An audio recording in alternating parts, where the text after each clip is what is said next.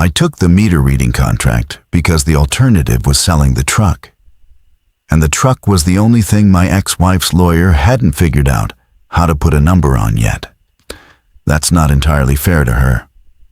The truck was in my name, free and clear, a 2009 with a clutch I'd replaced myself, and a bedliner I'd paid too much for back when I had money to pay too much for things.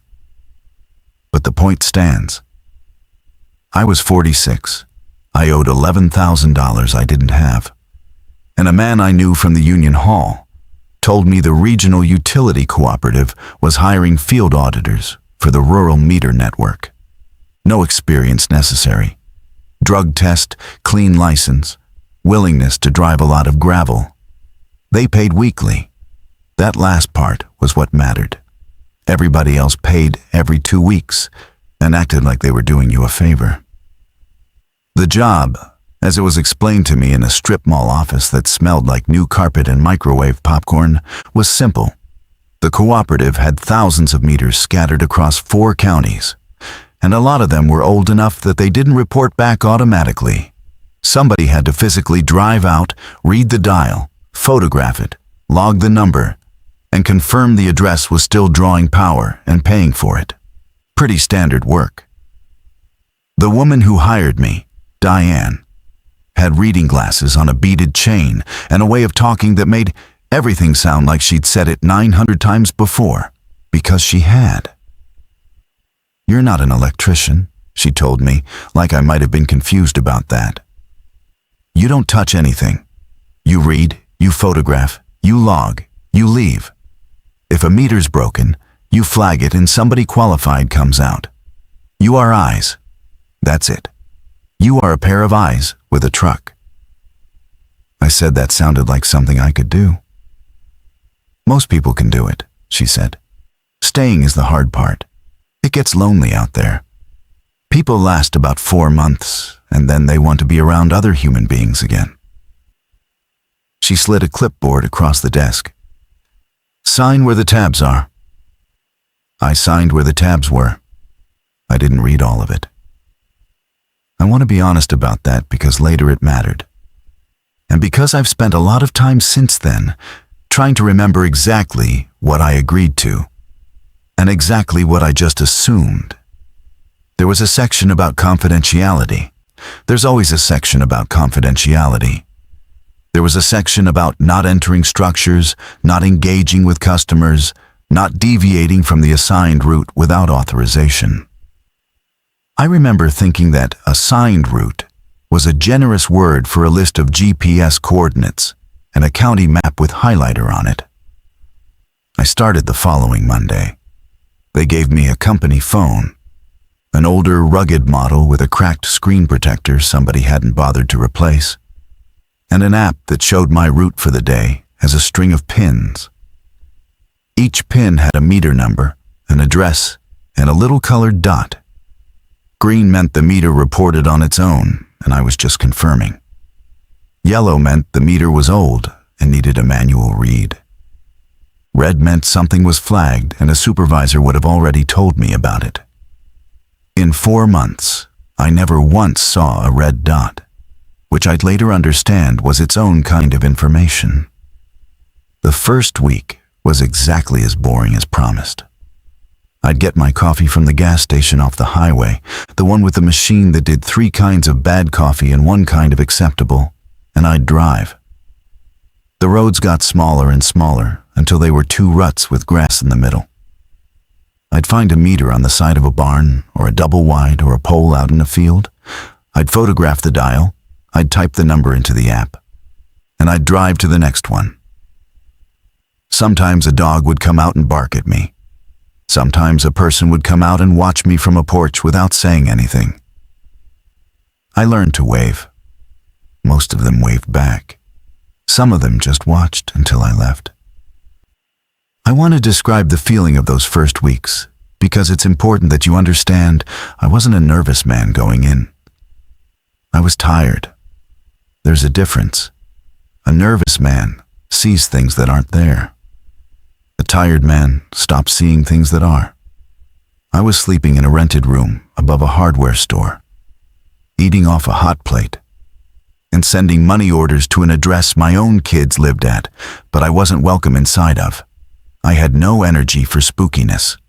I had energy for driving, reading, photographing, logging, and sleeping. That was the whole of my life, and it suited me fine. The training, such as it was, lasted one afternoon.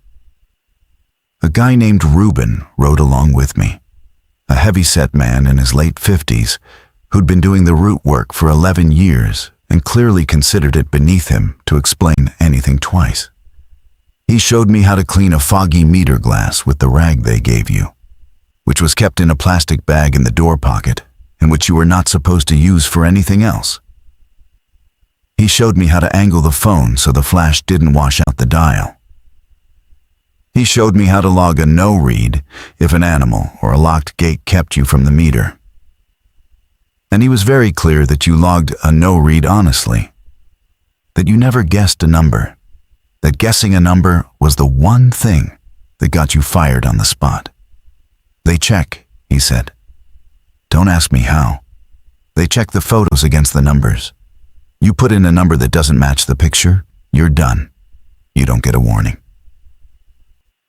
I said that seemed fair. It's not fair, Reuben said. He had a way of looking out the windshield instead of at you. It's about the data being clean. You understand?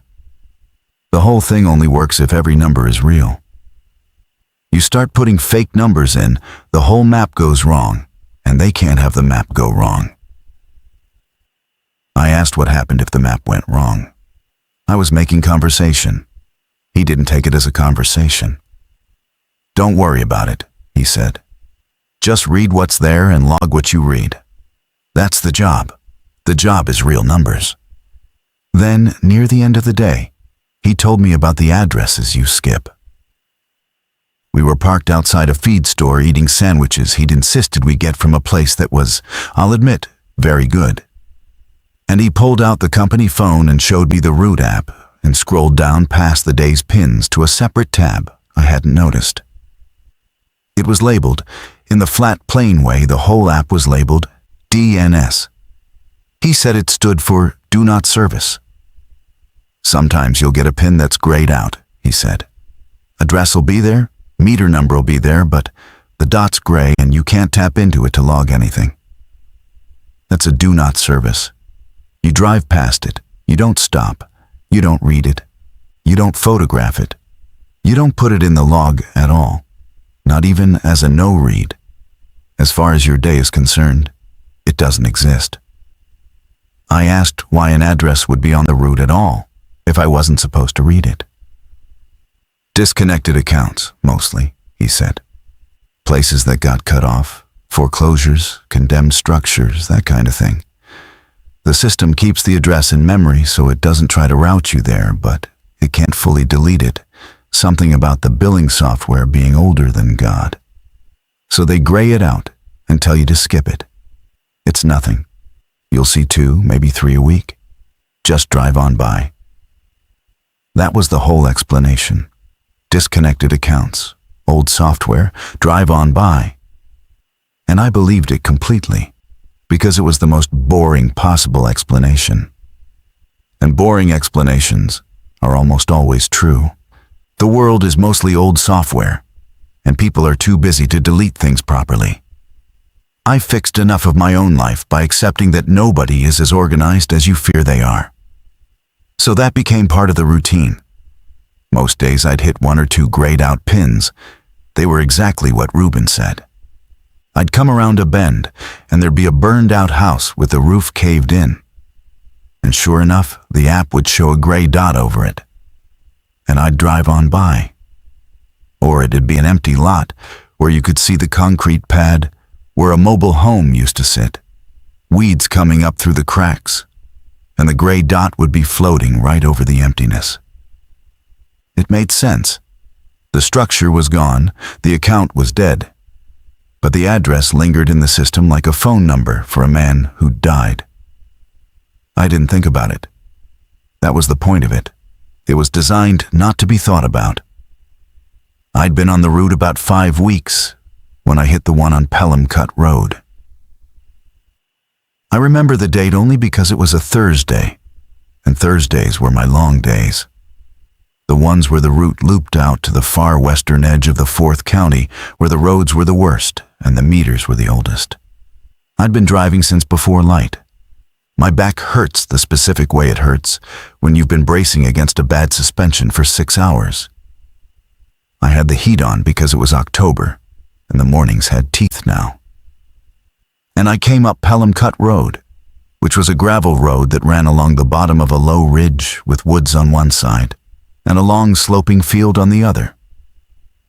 And the app threw a gray pin out ahead of me. I almost didn't look at it.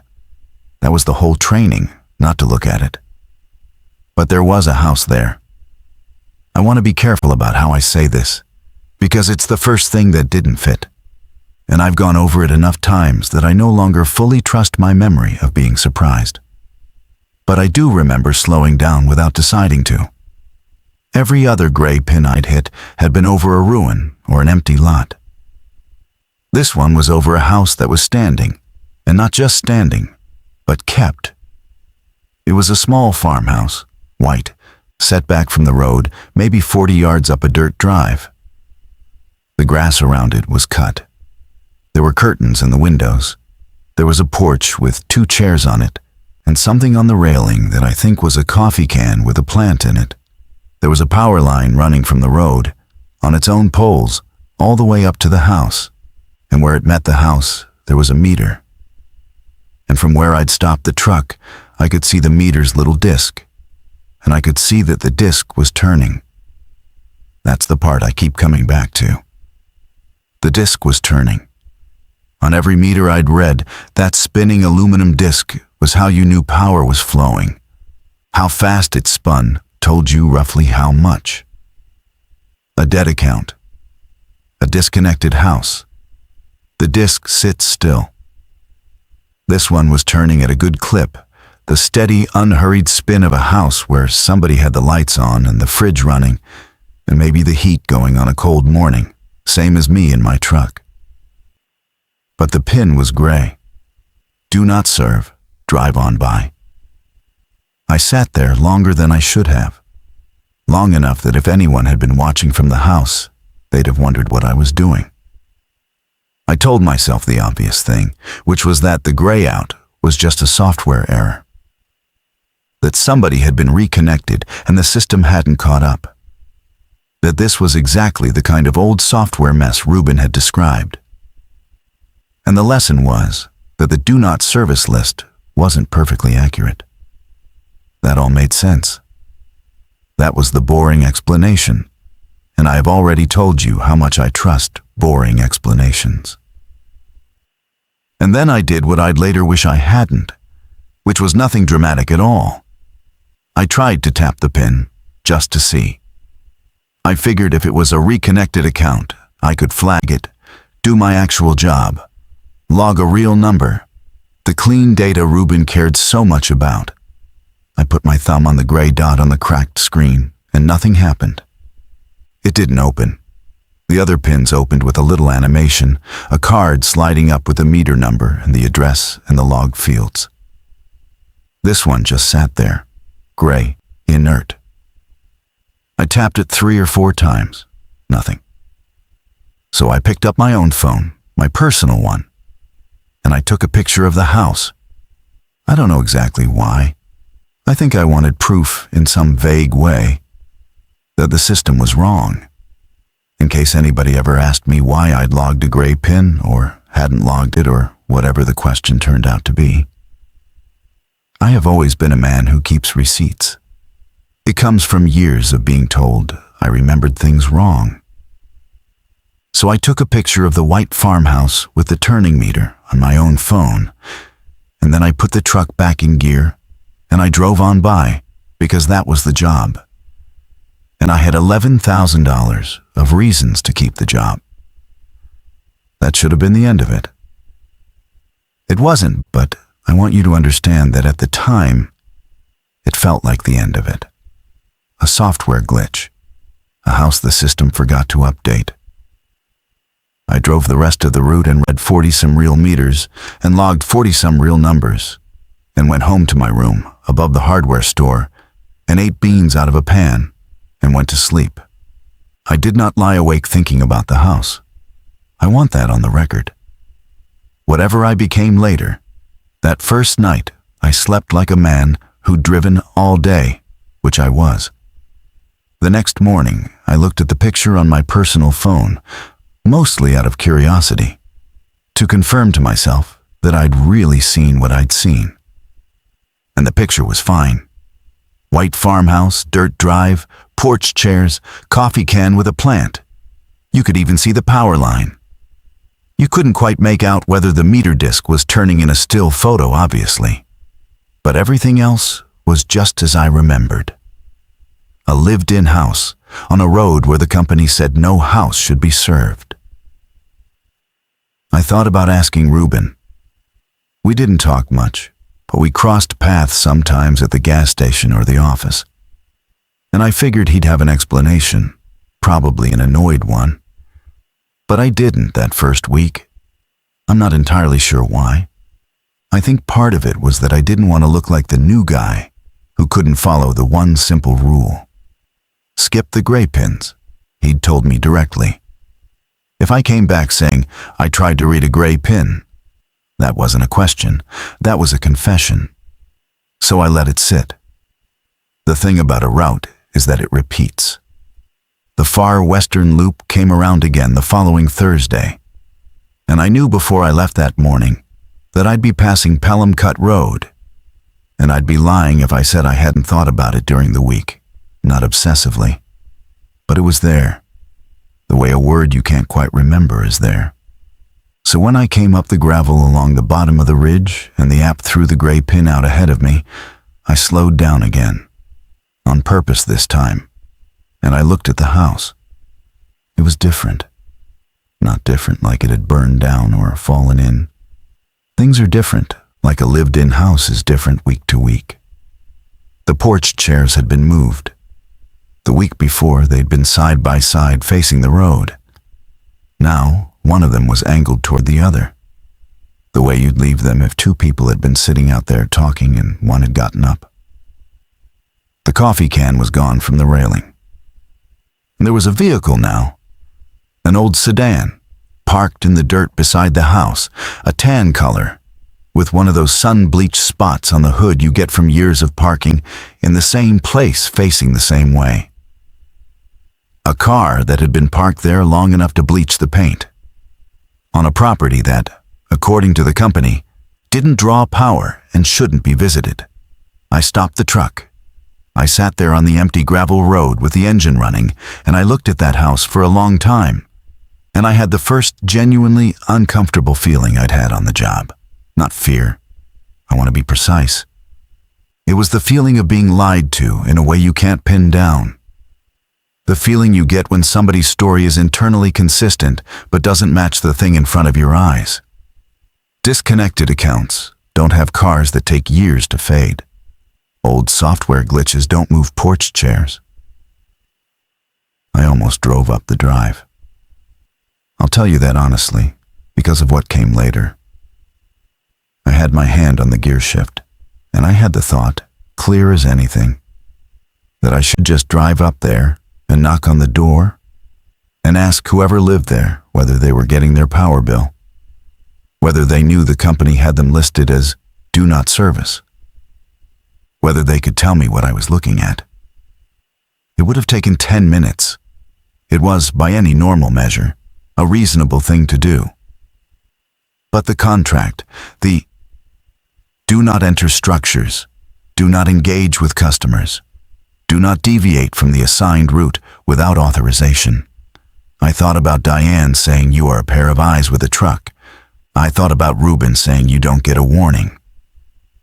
And under all of it, the real thing, the thing that actually kept my hand from putting that truck in gear and turning up the drive, was the $11,000 and the money orders and the kids at an address I wasn't welcome inside of.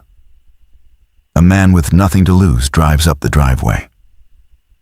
I had 11,000 things to lose and a job that paid weekly, and I was not going to risk it to satisfy a curiosity about somebody else's house. So I took another picture on my personal phone. The house, the moved chairs, the faded tan car, and I drove on by.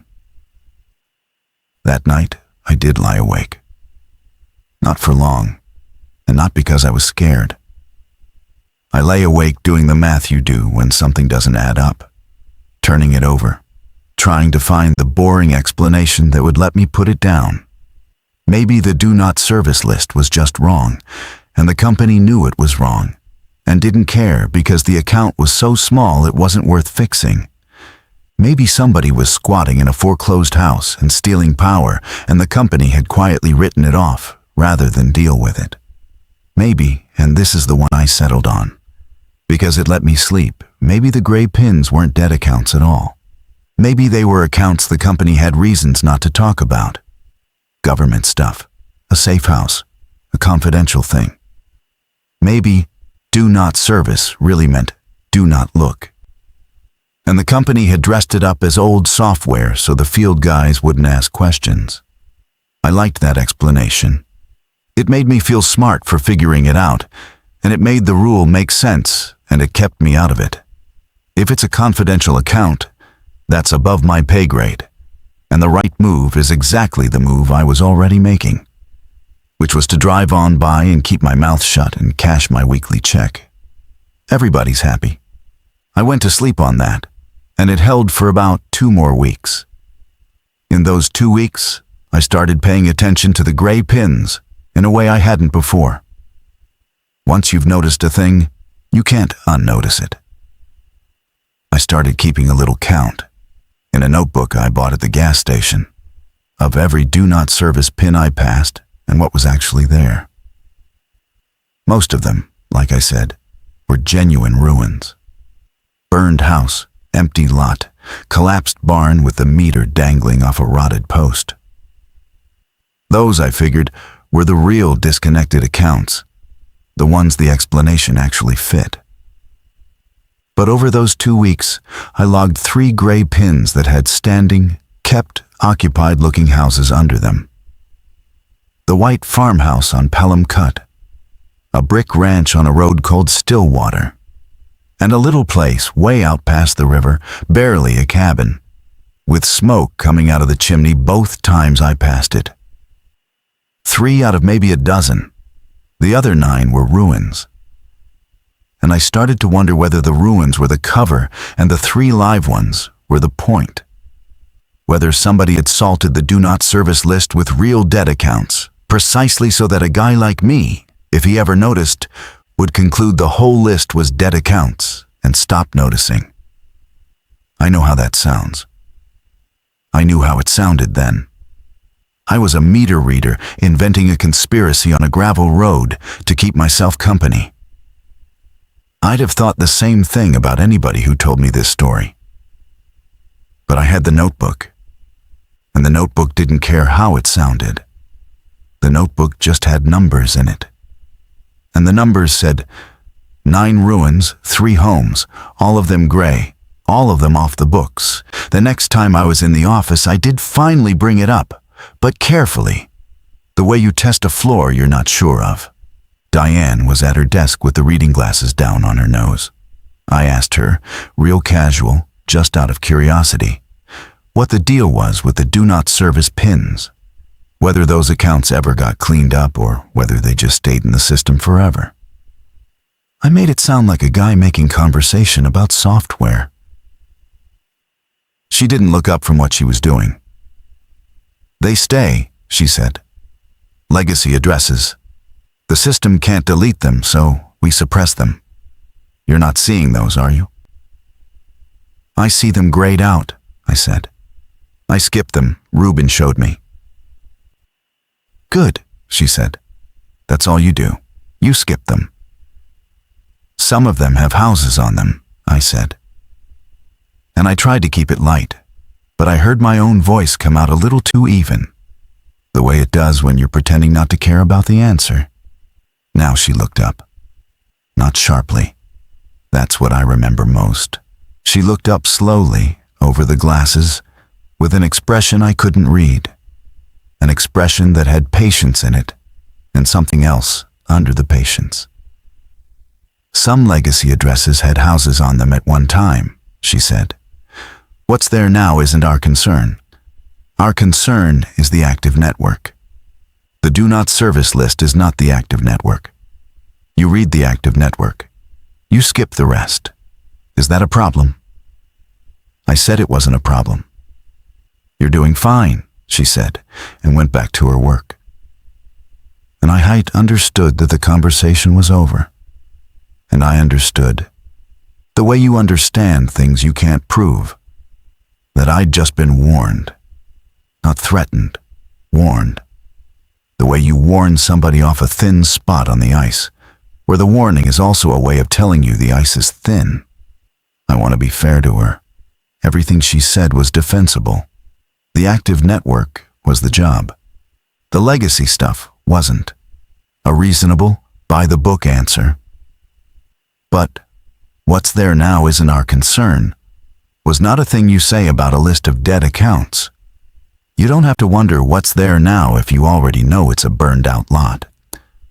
You only say, what's there now isn't our concern. If what's there now is the kind of thing you'd rather not discuss. And she'd said it without hesitating, which meant she'd said it before. Which meant I wasn't the first reader to ask. That should have been my off-ramp. I had the answer. The answer was, don't ask. A smarter man, or maybe just a man with less time on his hands and fewer ghosts in his rear view, takes that answer and keeps his head down and works the route until something better comes along. And for a while, that's what I did.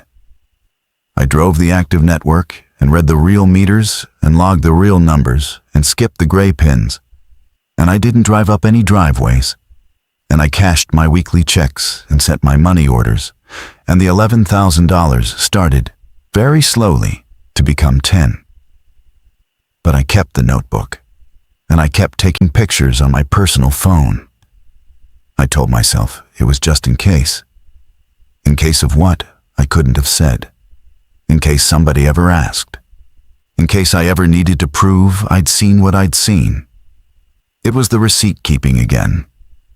The old habit of a man who's been told too many times that he remembers wrong. I wanted a record that existed outside my own head, and the record started to show me something. It was the white farmhouse that showed me first, because it was the one I passed most regularly, every Thursday on the Western Loop. And because I had the most pictures of it. I'd been photographing it for about 6 weeks by then. And one slow Sunday in the room above the hardware store, I laid all the pictures out on the bed, in order, by date, the way you'd lay out a hand of cards. And I sat there, and I looked at them, and I felt the floor go thin under me the way Diane had warned me it would. Except she hadn't warned me about this. Nobody had warned me about this. The house was running backward. I don't know how else to say it. In the earliest pictures, the ones from October, the house looked the most lived in. Cut grass, curtains, the coffee can with the plant, the chairs arranged like people used them. And as the weeks went on, the pictures got, for lack of a better word, older. The grass got longer. The plant disappeared from the railing, and then the coffee can disappeared too.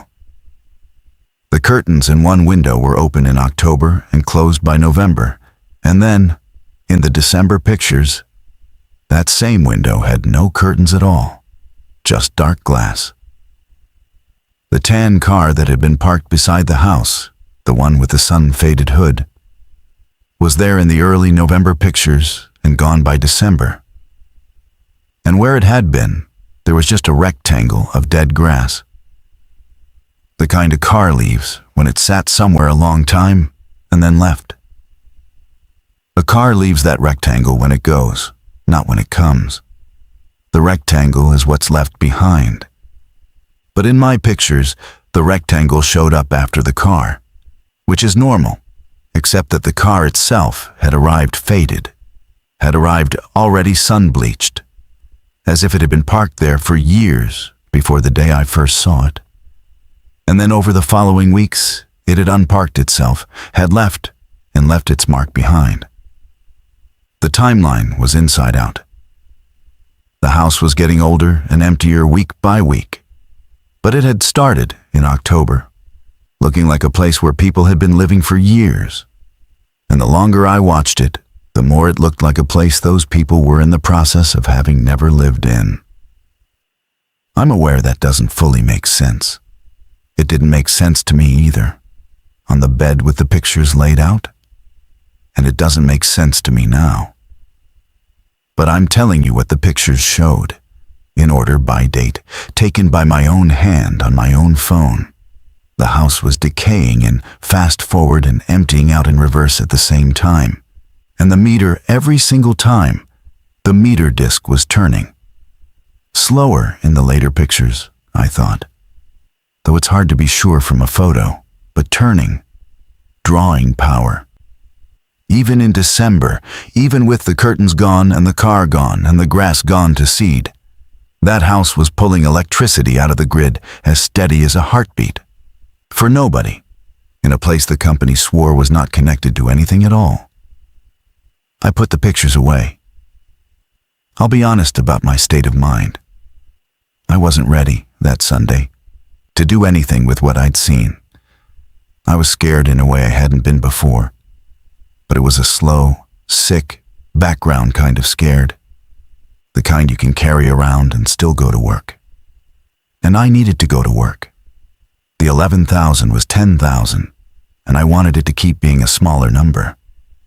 So I decided, the way you decide things at the bottom of a hole, that I would keep my head down, and keep my notebook, and keep my pictures, and not say a word to anybody. And I would just watch, and maybe the white farmhouse would finish doing whatever it was doing and go away, and I could go back to a job that was just driving and reading and logging.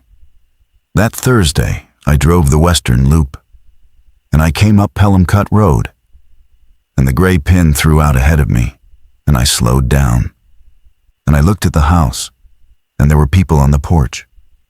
2 of them, sitting in the 2 chairs, which were back side by side facing the road the way they'd been in October, the very first time I saw them. A man and a woman, I thought, though they were 40 yards off and I didn't stop long. They were just sitting there, in the cold, on the porch of a house that in last week's picture had no curtains and a car-shaped patch of dead grass where the car used to be. And the car was back. The faded tan sedan was parked beside the house in its old spot, and the curtains were back in the windows, and the coffee can was back on the railing with its plant, and the grass was cut. It had reset. The whole house had snapped back to October, to the first day I saw it, like a recording starting over. And the 2 people on the porch turned their heads and watched me as I drove by. Slowly, together. The way the people on the porches sometimes did, except those people were real, and these I didn't let myself finish the thought. I didn't slow down anymore. I didn't speed up either, because some animal part of me knew not to look like I was fleeing. I just drove on by at the same speed I always did, eyes mostly forward. And in my side mirror, I watched the 2 of them keep their heads turned to follow the truck until the road bent and the ridge cut them off. I want to tell you I went straight to the office and quit. I didn't. I want to tell you I called somebody. I didn't have anybody to call. What I did was finish the route, because there were 30 more real meters to read, and a no-read costs. You and I had 10,000 reasons, and I read every one of them with my hands not quite steady. And I drove home, and I sat in the truck in the lot behind the hardware store for a long time, with the engine off and the cold coming in, because I didn't want to go up to the room and be alone with the pictures. It was sitting in that cold truck that I remembered Reuben saying something back on that first day that I hadn't thought about since. He'd said people last about 4 months. He'd said it like a joke about loneliness. But I'd been doing the math without meaning to, the way I did with everything. And I realized I was coming up on 4 months myself. And I started to wonder whether 4 months was how long it took the average reader to start laying pictures out on a bed and noticing things. And whether the loneliness Reuben blamed it on was the cover story for something else, the way the dead accounts were the cover story for the live ones. So the next day, instead of going home after my route, I went back to the office after hours. I had a key, a basic one for the front and the supply room, because readers had to be able to get the company phones charged and swap out gear. I told myself I was just there to swap a battery. That was even partly true. But while I was in there, in the supply room with its bad fluorescent light that buzzed and flickered on the left side, I noticed the filing cabinets along the back wall, the old metal kind, 4 drawers each. And I noticed that one of them had a label in faded marker that said, Reader Logs Archive. I knew I shouldn't open it. I want that to be understood. I knew the way. I knew not to drive up the driveway. But I'd already crossed something, sitting in that cold truck the night before. And I think I knew that too. I opened the drawer. It was full of hanging folders, one for each reader who'd worked the route, going back years, each with a name on the tab. The job had more turnover than I'd realized. There were dozens of them. And I started flipping through, not looking for anything in particular, just looking the way you look. And I found Reuben's, thick with 11 years of paperwork. And I found a few names I half recognized from the office, and then, near the back, I found a folder with no name on the tab at all, just a number. And inside it was a single sheet of paper, a reader's daily log, the same kind I filled out, except this one had been filled out by hand in a cramped, pressed-down handwriting. And most of it was ordinary meter reads, real numbers, real addresses, and then at the bottom, in the notes field where you're supposed to write things like, is doggone property, or gate locked, somebody had written 3 lines that weren't about any of that. The first line said, "The gray ones are not empty. Do not let them see you slow down." The second line said, "Pelham cut resets every 4. It knows when you've counted." And the third line, pressed so hard into the paper that the pen had nearly torn through it, said, "If you find this, you've already been on the list for 2 weeks. Check the Western Loop. Look for your own address." I read those 3 lines 4 or 5 times standing there in the supply room with the fluorescent tube buzzing and flickering over my left shoulder. And the first thing I did, the very first thing, was look for the boring explanation. That's who I am. A previous reader had cracked up out there alone on the gravel and written some spooky nonsense in a log, and somebody had filed it instead of throwing it out, because filing it was easier than deciding what to do with it. People write strange things when they're alone too much. I'd written strange things in my own notebook. The line about being on the list for 2 weeks was just a man scaring the next man for the fun of it, the way you tell the new guy the basement floods or the foreman bites. That held for about as long as it took me to notice the date on the log sheet. The reads on it were real, like I said, real numbers and real addresses, and the addresses were ones I knew because they were on my route. The same meters I'd been photographing. But the date in the corner, in the little box where you put the day, was a Thursday 11 years back. And next to a couple of the addresses, where you'd note the read, this man had written numbers that I recognized. Not similar numbers, the same numbers. The exact reads I'd logged on those exact meters in the last month. Down to the digit. Now, meters count up. That's the whole point of them. The number on the dial only ever goes one direction, climbing as the power gets used year after year, so that a read from 11 years ago should be far, far smaller than a read from now. Thousands of units smaller. There is no honest way for a meter I read in November to show the same number a man wrote down 11 Novembers before me, unless the meter had been replaced. And you don't replace a meter and set it back to the identical figure by accident. The numbers matching wasn't possible. It was the kind of impossible you can check too, because I had my own logs in the app, and I had this sheet in my hand, and I stood there checking them against each other, address by address, and they matched. And the longer I checked, the more my stomach did the slow, cold thing it does when you realize you've made a mistake you can't take back. I put the sheet back in the folder. I want to say I did that out of some careful instinct to leave no trace. But the truth is plainer than that. I put it back because I didn't want to be holding it. Then I changed my mind and took it out again and folded it into my jacket because habit won again. I needed it to exist outside my own head. I locked the supply room and I drove home, and I did not sleep. And that one I'll admit to freely. I lay on the bed in the room above the hardware store, and I listened to the cooler compressor in the store below, cycling on and off, and I thought about the line that said, "Look for your own address." And I thought, I don't have an address out there. I have a rented room over a hardware store, and my name isn't even on the lease. It's a cash arrangement with the old man who owns the building. I'm not in their system as a customer. I'm a contractor. I read the network. I'm not on the network. I held on to that. It was a real reason, a good one. The kind of fact that should have let me sleep. I'm not on the network. The note didn't apply to me. Some other poor reader years ago had a house on the route. Maybe, and got spooked seeing it gray out. And that was his nightmare, not mine. I don't own anything out there. I don't own anything anywhere anymore, thanks to the lawyer.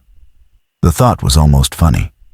The one time being cleaned out was good for something.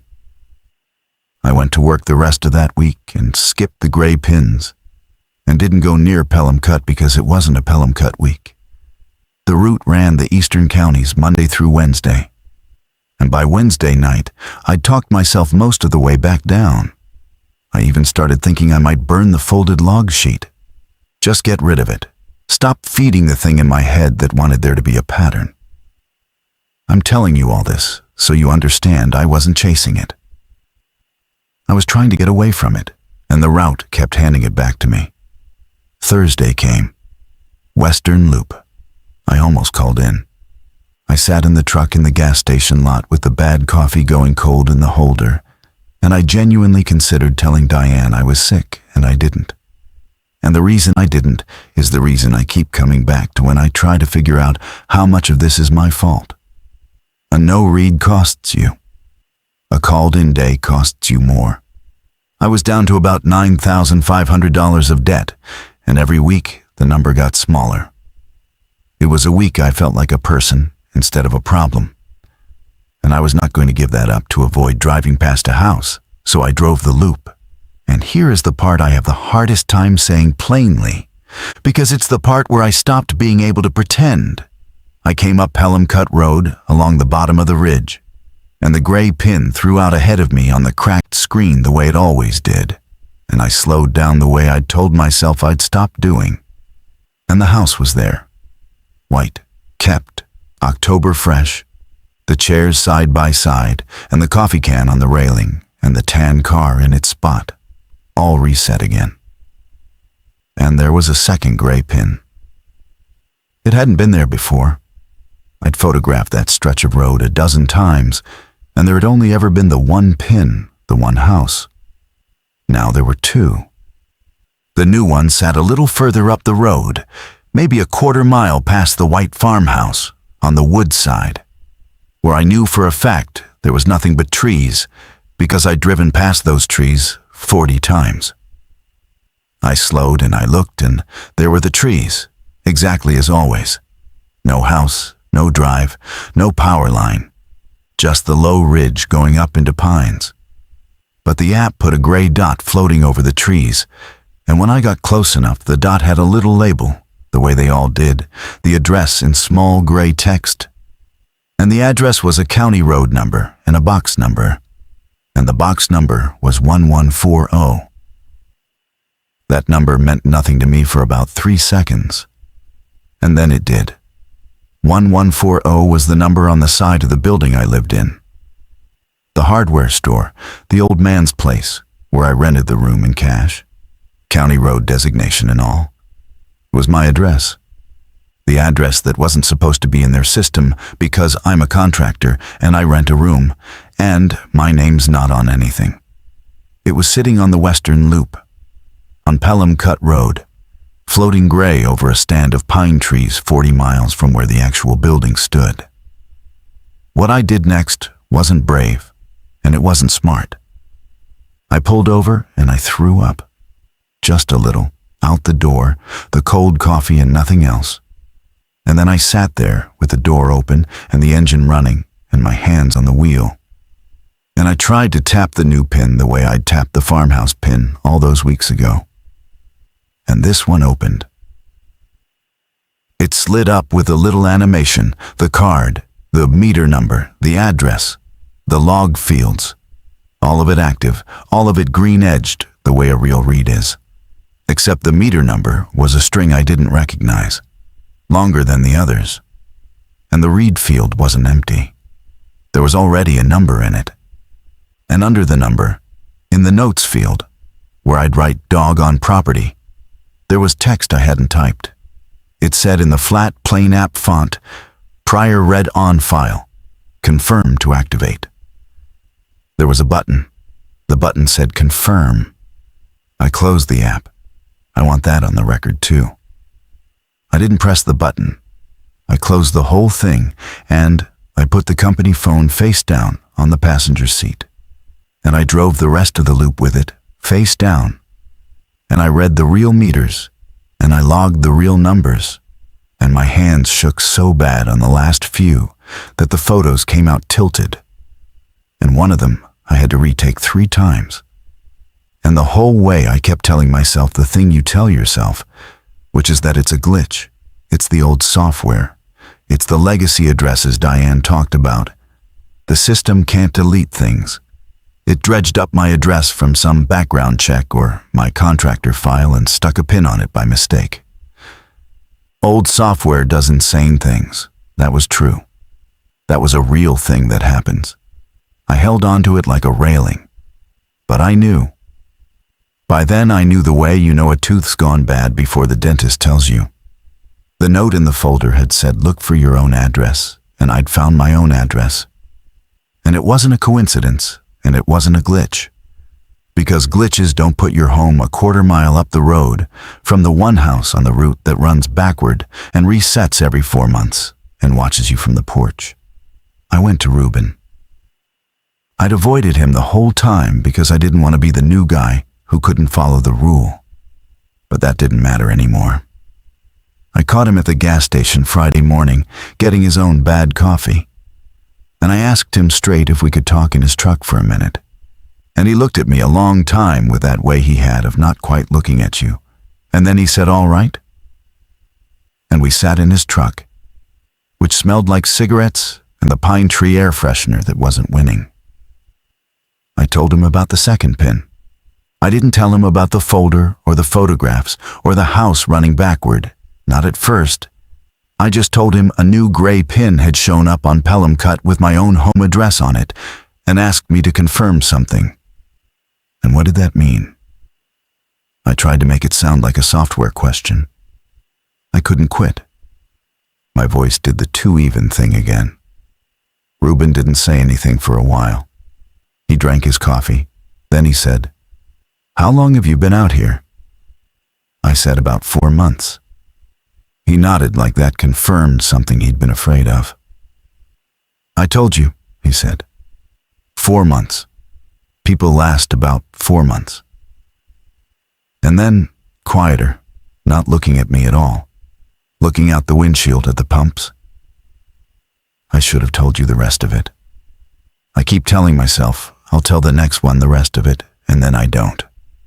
Because telling you makes it real for me again. And I've got 6 years left till I can draw my pension, and I just want to get there. You understand? I just want to get a pension. I said I didn't understand any of it, and I needed him to say it plain.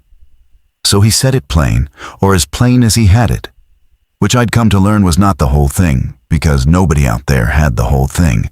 They just each had their own piece. He said the gray pins weren't dead accounts.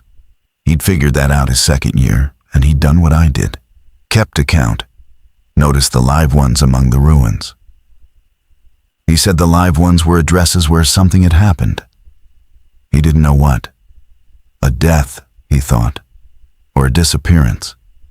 Something that took a person out of the world before their time. Out on those back roads where nobody's watching, the kind of thing that doesn't always make the paper. And he said the company knew. Not the company exactly, he said. Not Diane. Not the people in the strip mall office. They were just the front. Just the part you could see. There was something older underneath. The thing the billing software couldn't delete. The legacy layer. And that thing kept the addresses alive after the people were gone. Kept the power flowing to a house with nobody in it. Keep the meter turning. Why? I said. Power for what? Reuben stared through the windshield for a few seconds. I don't know, he said. Nobody knows. But I think the account stays open. He turned the coffee cup in his hands. A person spends a lifetime using power. Then something happens and they're gone before they should be. The thing underneath doesn't know how to close the account, so it keeps it running. The meter turns. The house stays active. Time gets stuck. He shrugged. That's why those houses are reset. The account never reaches the end, so the same stretch of life plays over and over. And the people? Still there, he said quietly. Or enough of them to keep the lights on. I asked him about my address. The new pin. Mine. And this is where Reuben told me the thing I think about most, and the thing I most wish he hadn't been right about. He said, when a new pin shows up with a reader's own address on it, that reader's got 2 weeks. I've seen it 3 times. The pin shows up, it asks you to confirm, and you've got about 2 weeks, and then... He made a small gesture, a flat, slow pass of his hand. The same gesture from the porch, the same as the people turning their heads. Then there's a new gray house on the route, and a new reader in the strip mall office signing where the tabs are. And the rest of us drive on by. I told him I didn't have an address out there. I told him I rented a room, I was a contractor, my name wasn't on anything. The system shouldn't even have me. Reuben looked at me then, finally, straight on. And his face was tired in a way that scared me more than anything on the porch had. That's how it picks, he said. It doesn't take the ones with families looking for them and houses in their name and people who'd raise hell.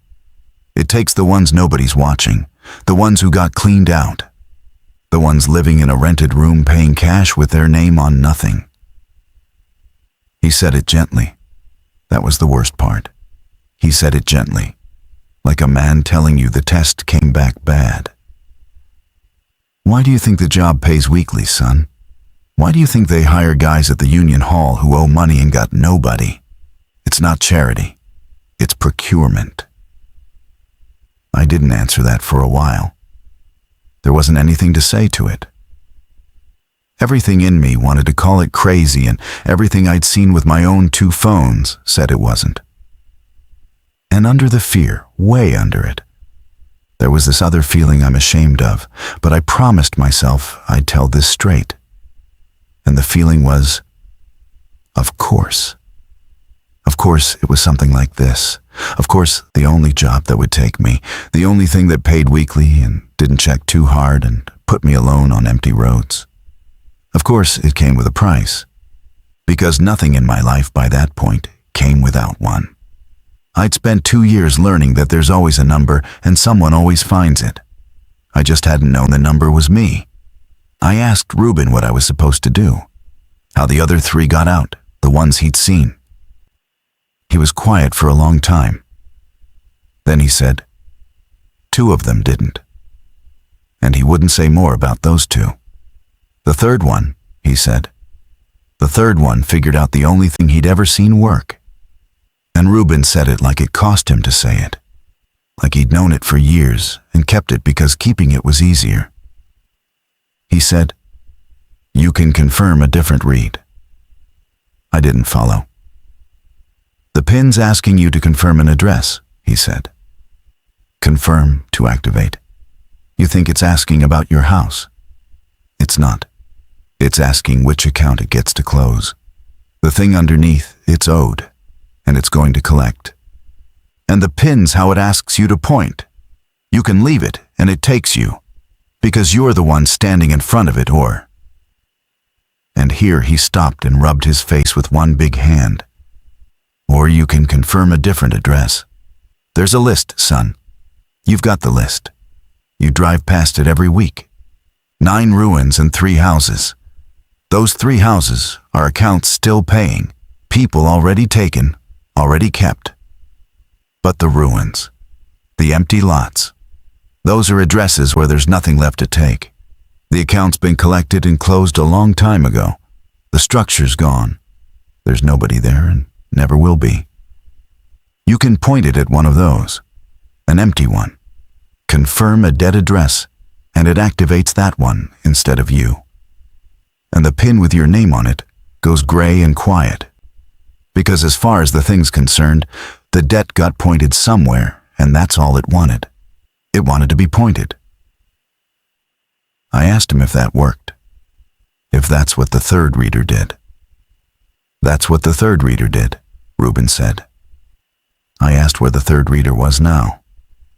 And Reuben looked back out the windshield and said, "He's the one who hired you, far as the front office knows. But Diane does the hiring." And then he wouldn't say anything else. And I understood that I'd reached the edge of his piece of it. The edge of what one frightened man waiting on a pension had managed to learn and was willing to hand to me. And the rest I was going to have to find or not find on my own. I had 2 weeks. Less now, because the pin had shown up the day before. I went home and I sat in the room above the hardware store. My room. The one whose address was now floating over a stand of pine trees on a road I drove every Thursday. And I tried to think it through like a practical problem. Because that's the only way I've ever been able to think about anything. Strip out the fear. Strip out the impossible. Look at the moving parts. Here were the moving parts. There was something that owed something. It was going to be collected from somewhere. If I did nothing, it collected from me. And I became a house. And some other broke man with nobody got hired off the Union Hall to drive past me on Thursdays. If I pointed it at a ruin, an address with nothing left to take, it collected from nowhere, from an empty lot, from a debt already paid, and I got to keep living. That was the choice as Reuben had given it to me. And laid out like that, it wasn't even a choice. Pointed at the empty lot. Hurt no one. Walk away. I almost want to stop the story there, because that's the version where I'm not a bad man. That's the version where the system has a loophole, and the loophole hurts nobody.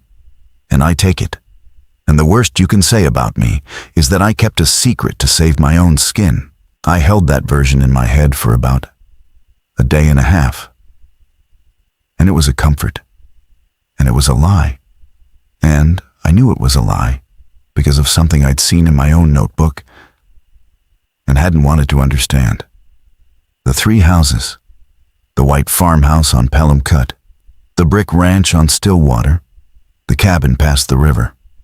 3 live ones among the 9 ruins.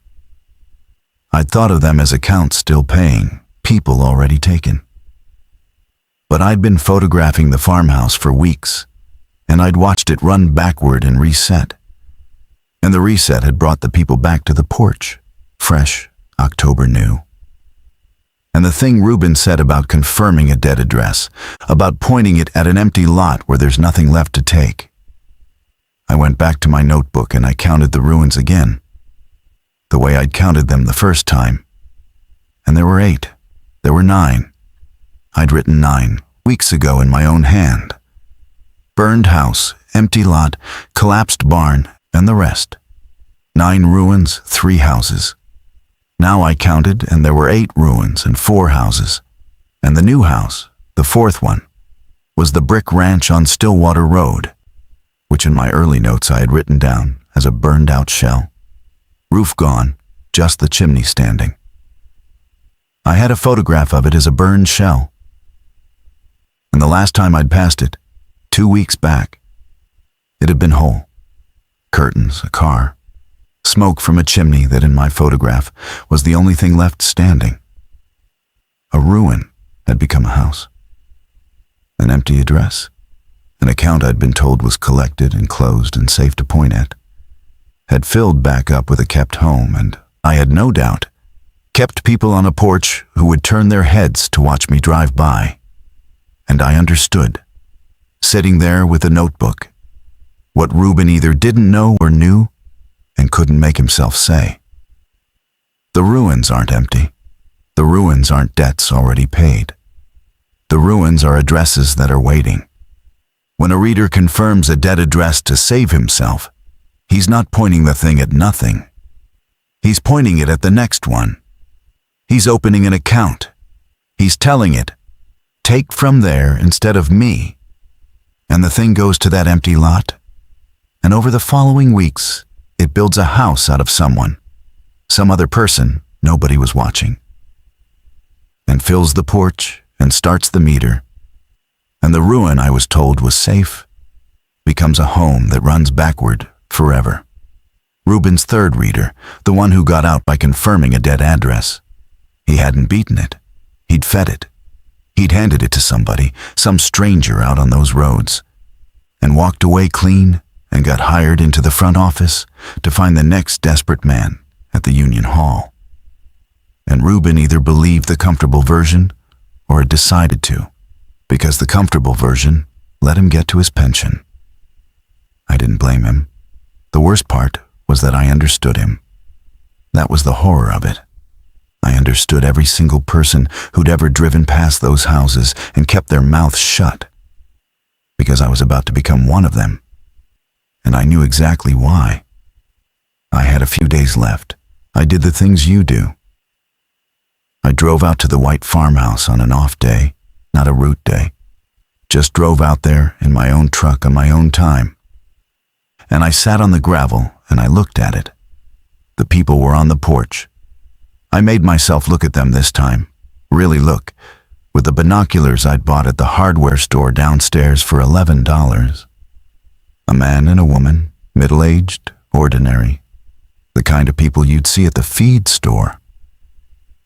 They sat in the 2 chairs and they looked back at me, and the woman lifted her hand slowly and waved. Not threatening, just a wave.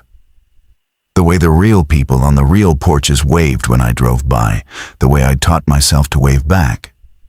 And I understood that they had been like me once. Somebody nobody was watching. Somebody who got hired off the Union Hall because he owed money and had nobody. And who drove the Western Loop and saw a pin with his own address on it. And who either did nothing or confirmed a dead address and pointed it at the next one. And either way ended up on a porch waving at the man who came after. I drove home. I did not sleep. I'm not going to pretend I weighed it nobly, that I stayed up wrestling with the ethics of it like a man in a story. What I actually did was think about my kids at the address I wasn't welcome inside of, and the money orders, and the fact that if I became a house, nobody would even know to look for me. The old man who owned the building would just rent the room to someone else, and that would be the end of me. no funeral, no missing person report. Because who files one for a contractor paying cash with his name on nothing? I thought about the $9,000 I'd gotten the debt down to. All that grinding, all those weeks. Gone for nothing. I thought mostly. And this is the truth, and I hate it. I thought, I don't want to be a house. I don't want to have a house. That was the whole of my moral reasoning at 3 a.m. I don't want to be a house, and there's a way out. And the way out costs somebody else. Somebody I'll never meet. Somebody already as good as gone. Thursday came. I drove the Western Loop. I read the real meters with hands that were steadier than I expected, because I'd made up my mind. And a made-up mind steadies the hands. That's another thing I learned out there. I came up Pelham Cut Road. The white farmhouse, reset, October fresh, the people on the porch. The new pin a quarter mile up, over the pines, my address, gray, waiting. I pulled over. I opened the app. The card slid up. Prior read on file. Confirm to activate. The button. And I sat there with my thumb over the button, and I scrolled in the other tab, the DNS tab, down through the gray legacy addresses, the ruins, until I found one I knew was nothing. The emptiest of the empty. A lot way out at the far edge of the 4th County, where there was nothing but a concrete pad and weeds, where I'd never seen so much as a fence post. An address called only by a county road number and a box 2200 something. I don't even let myself remember the exact number now. I've worked at not remembering it. The deadest address I had. And I told myself the lie one more time.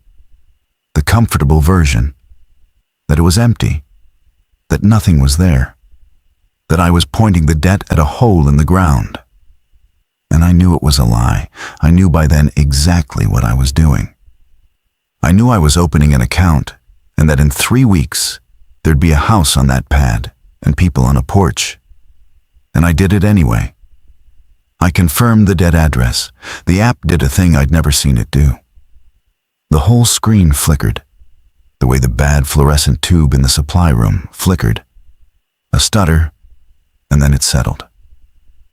The pin with my address on it, the one over the pines, went gray and quiet, and then it was simply gone. Not grayed out. Gone, like it had never been there. And the address 1140 was nowhere on the Western Loop anymore. And the dead address I'd confirmed. The empty pad at the edge of the county, its gray dot stayed gray, but it had a new little label under it now.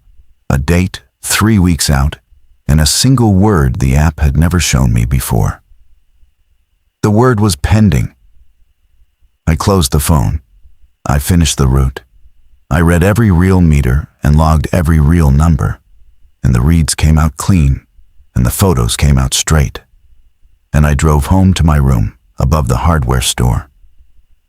The room whose address was no longer in their system, no longer floating over the pines, no longer pending anything. And I was safe. And I sat on the bed, and I put my face in my hands, and I stayed like that for a long time. That was 4 years ago. I still work the route. I want to explain that, because I think it's the part people would understand least. That I stayed. Ruben got his pension finally, 18 months after that Thursday. And the morning of his last day, he shook my hand in the gas station lot, and he didn't say anything about any of it.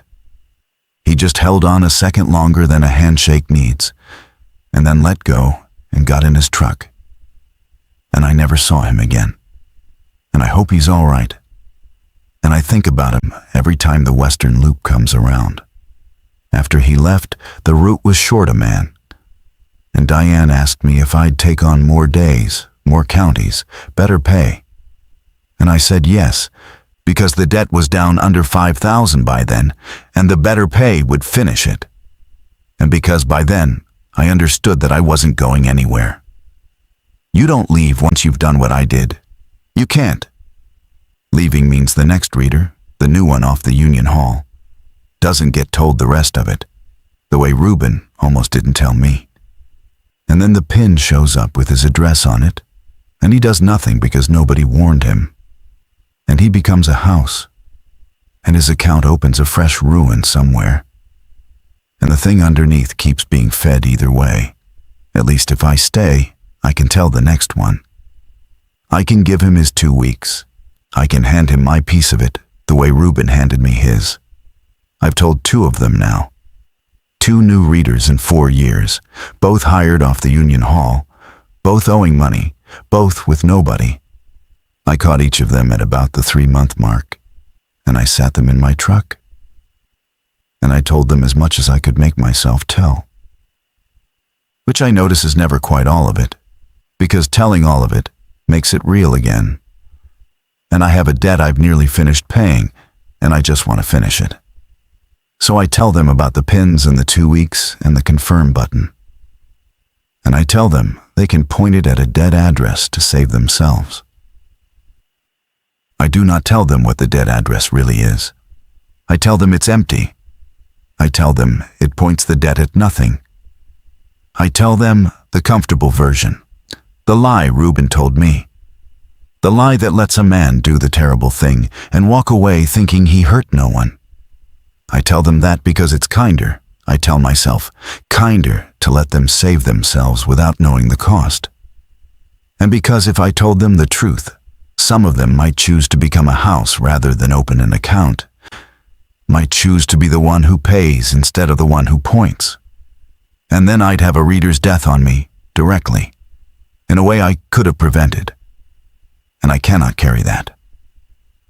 So I give them the lie, and I let them carry the rest without knowing they're carrying it. And that, I think, is the real reason none of us ever tells the whole thing. Not fear of the thing underneath, fear of being the one who knew and said it out loud, and made the next man know it too. The pad at the edge of the 4th county has a house on it now. White, a little smaller than the farmhouse, with a porch. I drove out there once, off route, on my own time, the way I'd driven out to look at the farmhouse before. I told myself I wouldn't, but I did, because the receipt-keeping never died in me, because I needed to see what I'd made. There were people on the porch, a young man, younger than me, and I made myself look at him through the $11 binoculars. And I did not recognize him. He was a stranger. He was nobody I'd ever met, exactly as I'd been promised, somebody nobody was watching. And that was supposed to make it bearable, and it did not. He waved at me, slow, the way they do. And I lifted my hand off the wheel, and I waved back, because I've taught myself to wave back. And I drove on by. My debt is paid now, by the way. The whole $11,000, gone. 4 years of weekly checks. I could quit. I think about it every Thursday. I have no financial reason to be on those roads anymore, and I'm still on them. And when I'm honest with myself about why, it isn't only to warn the new readers, though that's the reason I give. It's that I confirmed a dead address to save my own life. And I cannot make that right. There is no making it right. The man on the porch is on the porch forever, and I put him there. And the only thing I've found that lets me live with it is to keep driving past, week after week, and not look away, and wave back when he waves, like I owe him that much, which I do, which I owe him far more than that. There's one more thing, and then I'll stop, because I've never told anyone all of this, and I find I can't tell quite all of it, even now, even here. Last Thursday I came up Pelham Cut Road, the Western Loop, same as 400 Thursdays before, and the white farmhouse was there, reset, October fresh. And a quarter mile up over the pines, there was a new gray pin. It hadn't been there the week before. I slowed down. I told myself it was another reader's address, one of the 2 I'd warned, or a third I hadn't met yet, and I almost drove on by. But old habits won, and I tapped it. The card slid up. Prior read on file, confirmed to activate. The button. And the address under the meter number wasn't a county road and a box. It was a street and a number in town. An ordinary residential address, and I knew it. I knew it the way you know your own hand. Because it's the address my kids live at. The one I send the money orders to. The one I've never been welcome inside of. I closed the phone. I'm not going to tell you what I'm going to do, because I don't fully know yet. And because some part of me suspects that the thing underneath already knows I'll find a dead address to point it at. The way I always have, the way the third reader did before me and somebody before him. And that this is simply what the route is. This is what it was always for. A long, quiet line of men who got cleaned out and had nobody. And learned that you can always find somebody worth less than the person you love and point. I have 2 weeks. The pin is still on the Western Loop. I will drive it again on Thursday.